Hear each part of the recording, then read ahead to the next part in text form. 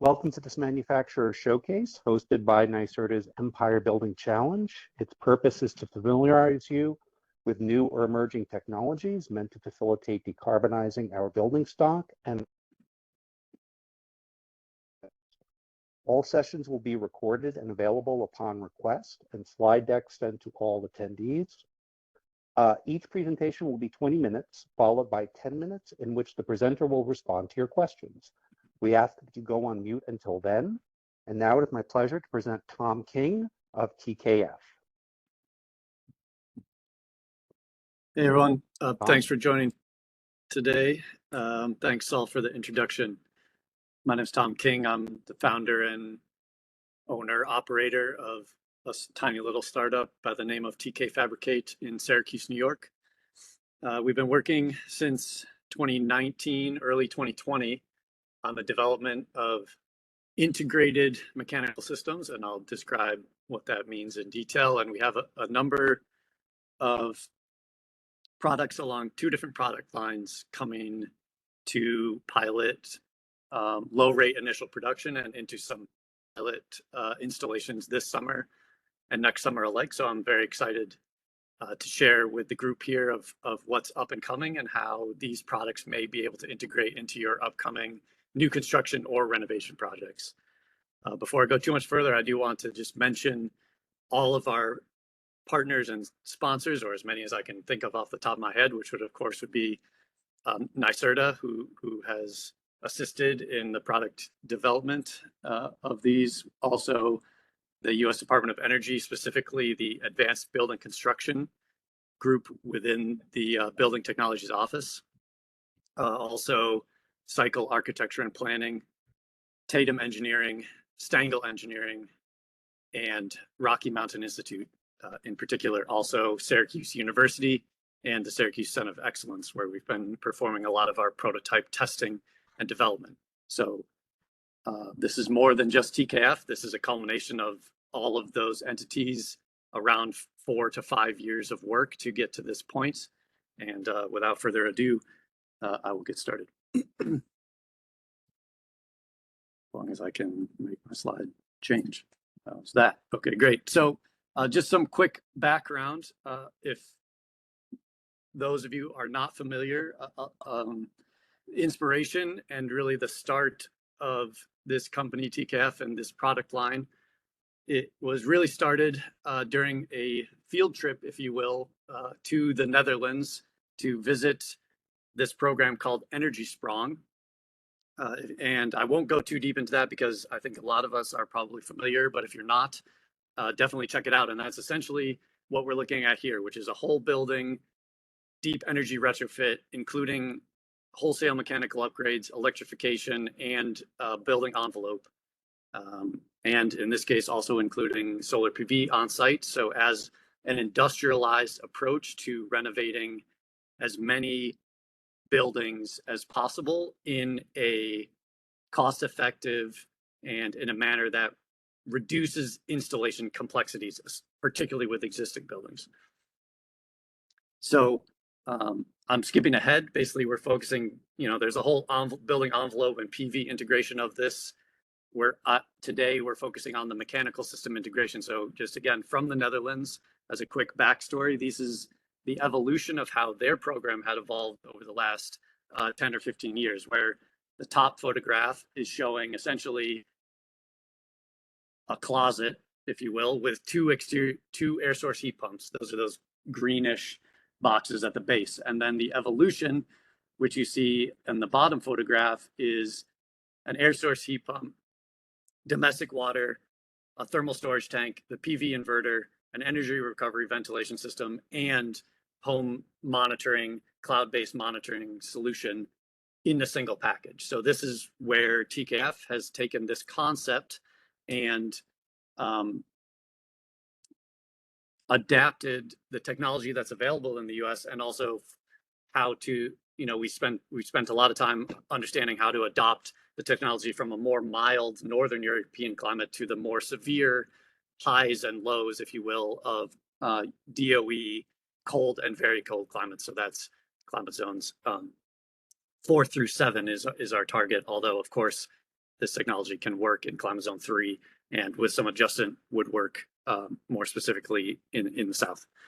So again, this is more detailed images of these products in the Netherlands and how they integrate within the building envelope and exterior kind of in a seamless manner. So again, without going too far, just wanted to talk about the backstory, the installation of these, again, which is a big part of our product design, is installation, maintenance in mind, making sure that we have robust monitoring, resilience in case there's a power failure or a system failure within our products.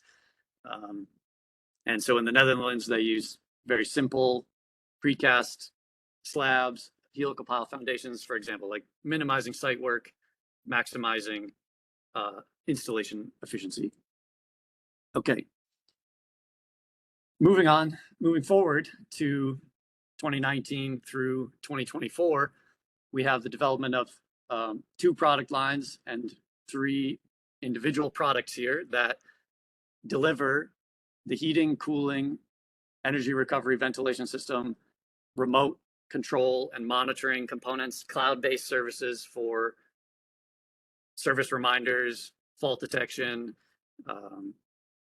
remote diagnostics of errors, things of that nature, and as well as in 2 of the 3 products, also domestic water production, very much like the energy strong products. The first 2 products on the left here, the larger ones, are exactly like that Dutch program, designed to actually be installed on the exterior of a building envelope, 1 to 4 stories, approximately low rise, if you will. And that has a lot of benefits that we can talk about in more detail, but a few rattling off the top of my head would be ease of maintenance and operation without entering the buildings, 1 single point of MEP connection, no more room taken up inside the apartment from the tenants, and in some cases even giving some closet space back to the tenants. For example, hot water closet or a furnace closet or things like that can actually be given back to the tenants during the renovation, depending on many things: building typology, existing conditions, etc. The third product on the right is for indoor use. That does not include domestic hot water, and that product in particular, which we'll get into more detail, is specifically designed for buildings that have central hydronic systems that are undergoing substantial upgrade and fuel switching. So our first pilot is a NYSERDA demonstration sponsored, and it is in Phoenix, New York, which is a rural suburb northwest of Syracuse, New York, where TkF is located. And so we are delivering here 10 of what we refer to as the Hydropod XL, which is our largest exterior mounted unit. These products serve 4 apartments each, a total of 40 apartments across 5 buildings. This construction is underway as we speak today. We are in the process of delivering these pods, essentially 2 at a time, 1 per building, phased throughout the construction process to be completed at the end of, sorry, that's supposed to say Q4 2024. That would be this year. Some specifications. I won't need to read down this whole list, but essentially it includes 2 R32 based air to water heat pumps, a passive house specification energy recovery ventilation system, a domestic hot water storage tank, a thermal storage tank, the building circulator pump, an R24 enclosure, all of the system onboard monitoring, controls, and diagnostics that the building owners would need to maintain and operate this system, and as well as a 220 volt 100 or 150 amp feed. This is the maximum size. There are some configurations within this product that allow some smaller heating and cooling loads as well. We can talk about that on a project specific basis. The installation of this product, this is looking live from last week. In this particular project, the contractors are site building, which is what you're seeing on the left, a vertical chase to house all of the mechanical MEP components as they enter into the building. So in this case, the design intent is up the exterior wall into the attic and then serving down through the backs of apartment closets to reach the ventilation and the heating and cooling fluids. So our product comes delivered with an orifice at the top that allows the interconnection of either a site-built or a prefabricated chase. In this case, the construction team opted for the site-built chase to connect to the Hydropod XL product. Okay, the second product, which is essentially a modular scale version of the Hydropod XL, is what we refer to as the Hydropod ML and SL, which are two subcomponents. So this is a DOE advanced building construction pilot, which is also, sorry, I'm was thinking about 2023 for some reason. This is all happening this year in 2024. Pretty sure it's 2024. And this will be 8 pods serving 2 units each. And depending on the configuration and size, so you can see the XL likes to serve more than 1 apartment at once. The MLSLs are for 1 to 2 apartments at a time. The SLs actually do not include hot water. The MLs do. So we have these different configurations. We have the specifications of how to configure the heat pumps and the load based on the building size. And also this includes all of the same components that the XL does. Passive house energy recovery ventilator, domestic water tank, space conditioning, thermal storage tank, the building circulator pump for hydronic distribution, R24 enclosure, system monitoring, and single point of electrical connection. The installation. So as part of this product, we also developed a prefabricated, what we're calling a vertical chase, which you can see in this situation. So it's manufactured off-site out of the same components as the pod and includes the energy recovery ventilation distribution, the hydronic heating and cooling ventilation distribution, the power and controls for the interior fan coils all running back to the pod. So let's say, for example, your building service panel doesn't have enough power in it on a per apartment basis to run new fan coils or new terminal distribution.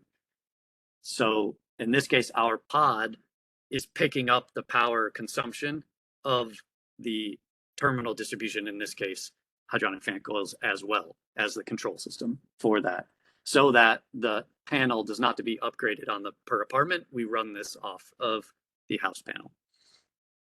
All right. And last but not least, we have what we refer to as the CSP, or the central system pod. This product is going in 20 apartments total, 10 of which will be in Boston, Massachusetts, 10 of which will be in San Francisco, California. This is also a DOE advanced building construction pilot. This product is a little bit different. It is designed to be installed indoors. It does not include its domestic water service. And as I mentioned before, it is designed specifically to be installed in buildings that have existing central hydronic distribution. And the name of the game with this product is that a vast majority of that distribution can be reused because it's actually a water source heat pump, so that a primary central plant will manage the domestic water load, just like in a central hydronic building that has one or a handful of large boilers that perform domestic water service and hydronic heating service. This is designed to be installed to those same hydronic distribution loops. We've got heating mode, of course, cooling mode. We have dedicated energy recovery ventilation system as part of this product. There's also an economizer mode for those nice outdoor days based on the outdoor temperature and humidity.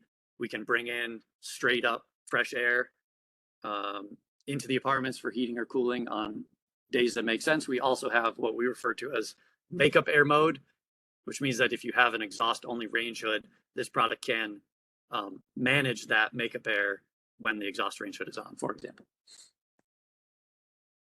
As far as the installation and distribution goes, this gives a very diagrammatic outline of how this product works. So we have one CSP in each apartment, delivering fresh air and exhaust straight through the outdoor exterior wall. And then there is a central air to water heat pump plant that delivers neutral loop water to the pods that are essentially a cascading system that either heat or cool that neutral fluid right at the apartment to save substantially on distribution losses. And a tertiary benefit here is that also during the summertime months, the way that these systems can be interconnected with the central plant allows for domestic water heat recovery from the neutral loop into the domestic water plant in the summer. And on the right side, you see just a very simple example of a one-bedroom layout and how this product may be installed into a one-bedroom unit. This can also run up to a two-bedroom, maybe even three-bedroom, depending on the building envelope loads. And also as small down as studio apartments. We have a few different heat pump configurations from 3/4 ton or 9,000 BTUs up to, I think, and including 15 or 18,000 BTUs heating, depending on the load. So all of these products can be configured based on the existing design conditions or the new construction and how the engineers, architects, and the building owners are thinking about the overall renovation process. So I believe that is going to, yes, thank you very much. That was a very quick, approximately 15 minutes, just a very quick rundown. Here's my contact information. Our website is not quite live, but it will be soon, and we'll have similar information. The best way to get more data and information on these products is to contact me directly. And I think we'll open it up for questions, if there are any, for the remaining 10, 12 minutes of this presentation. Thank you. Great. Thank you so much, Tom. So if there are any questions from attendees, if you want to unmute yourself, feel free to ask Tom what you'd like.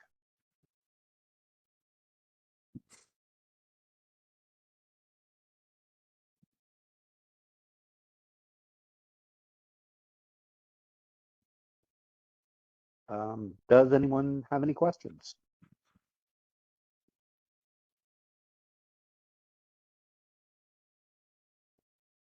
Tom, I will ask regarding the pricing of these units. Do you want to say anything about the targets that you're aiming for and where you think they are in terms of current market costs for comparable products or aggregated products, I guess, in that case, with respect to your current price point, but also where you ultimately see these at scale?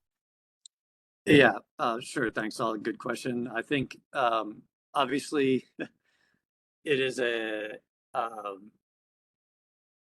say it's a sensitive subject right now, particularly as I mentioned that these are first of a kind going into low volume production. So we have forward projected with a lot of our OEM suppliers and our ability to be able to manufacture more efficiently in the future. Yeah, right now the exterior mounted Hydropod products are, again, this is essentially a custom build, low rate initial production product that delivers all of the conditioning needs for in the neighborhood of, I want to say $18,000 per apartment, which probably is some sticker shock, although the target is to reduce these to under $15,000 per apartment, and with some higher volume production and the ability to have a dedicated line to manufacture these products, which will really reduce the amount of time it takes to manufacture them. And so some of the benefits that I mentioned early on that really need to be taken into account is we're delivering essentially an entire mechanical room that's already been assembled. So a lot of the site mechanical work is already done, other than the distribution and the interconnection. So as far as cost savings, that is a quantifiable number from the amount of work that is done on site. That no longer has to be. Also, for example, if it's a new construction project that may be interested in this type of approach, what is the value added or the additional rentable square feet that becomes available in the apartment because these systems have been moved to an exterior mounted closet? Also, as far as maintenance, error diagnostics, verification, and kind of long-term operability of the equipment with the ability to operate them outdoors. And we believe that 15,000 per apartment is in line with the state-of-the-art products if they were all purchased separately and installed separately. As far as the central system pod, the indoor unit, we're targeting under $10,000 installed, which would be the at scale kind of hundreds per year manufacturing process. And again, the same types of benefits apply there, which would be an all-in-one product, the ability to maintain a single point of interconnection from an electrical mechanical standpoint. Much of the mechanical room, so to speak, is already assembled, pre-tested, factory commissioned. So we have the ability to help the architects, owners, engineers quantify that information, that kind of data, to kind of readjust essentially what would be considered kind of a site installed version of this versus a pre-assembled manufactured product that includes all of the equipment. Great, thank you. Are there any other questions from the audience? And if you want to unmute, you're free to ask your questions.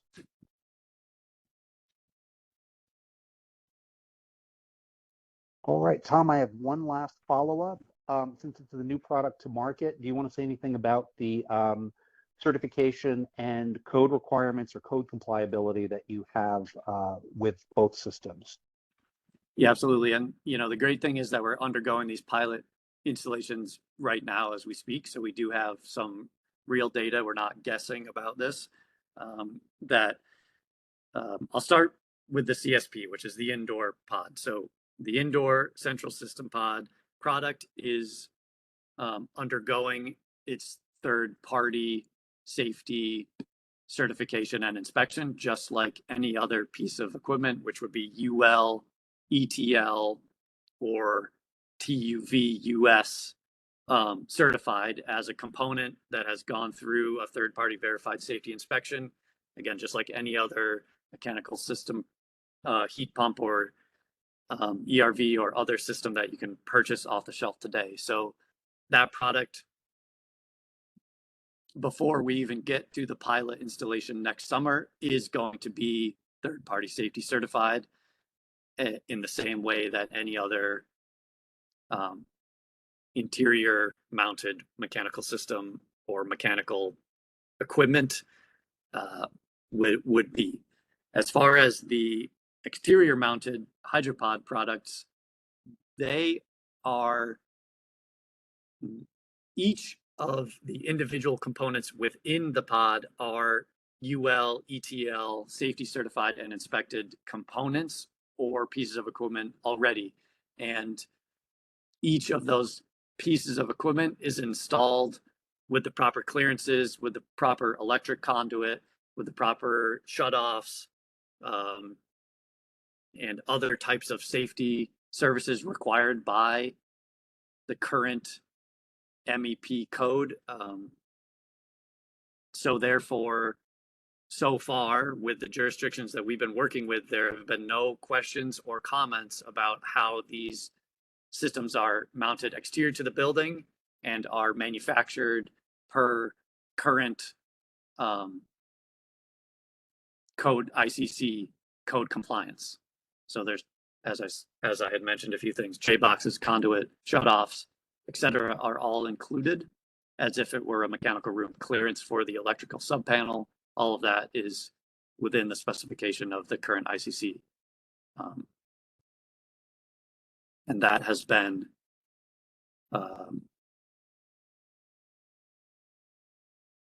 how do I want to say that? The code officials, the authorities having jurisdictions have accepted that without question. There have been very little questions or comments on these products in the pilot installations so far, and we're going through the standard permitting as if it were any other building undergoing construction or renovation. Great, thank you. It looks like we have a question. Thanks all. Hi Tom, this is Loic Chapeau. Nice setup. I think you kind of answered you answered the question a little bit already. So you talked about building inspection, but like on the permitting, it sounds like you've also not been facing any challenges. My perception is that permitting varies quite a bit among or across the many jurisdictions in New York State or beyond New York, and that's not been an issue so far. Yeah, correct. So, for example, we've tested, I would say, two very different jurisdictions. One would be the city of Syracuse proper, which has, I wouldn't say, which is, since it being a city as a municipality, has a history of being as strict as anybody else, for example, as far as how a building needs to execute the permitting process. It was the typical, the biggest things that we ran into during that permitting process were not related to the pod whatsoever, which is typical life safety, right? Are there fire alarms? Are there, means of egress? The windows have the right type of opening, right? So it really those are not related to our products whatsoever. One item of note from the water authority was that, and this is what they're doing to every building that's undergoing some sort of domestic water upgrade, is that they did require backflow prevention back to the city mains. And again, that was not triggered by our products whatsoever. It was triggered by the local water authority making sure that all buildings undergoing substantial renovation that include domestic water service are required to upgrade to backflow prevention. So, which obviously is a good idea regardless. But so we did not have any concerns with the city of Syracuse. And then the other realm of it would be a rural municipality, which in some ways can be the complete opposite of city, or maybe different because they're less familiar with newer technologies, or again, I'm sort of hypothesizing here, but in the same way, the municipality of Phoenix, New York, which again is a rural municipality out northwest of Syracuse, also did not have any concerns with those products mounted exterior to the building. Again, it was life safety. Are there exit signs? Is there, we're enclosing a part of the building that used to be exterior that's now indoors. So it was mostly related to life safety, exiting, emergency lighting, and of course, electrical safety with the electrical upgrades required, but no questions or comments or sticking points with the exterior mounted products themselves to date. Great, Tom. Thank you so much. Thanks for your question. We are at time now, so I would encourage anyone who has interest in these products or has further questions for Tom to reach out to him at the email address provided here and also in the invite that you received. Thank you very much for attending today, and we hope you can attend future sessions. Thanks. Thank you.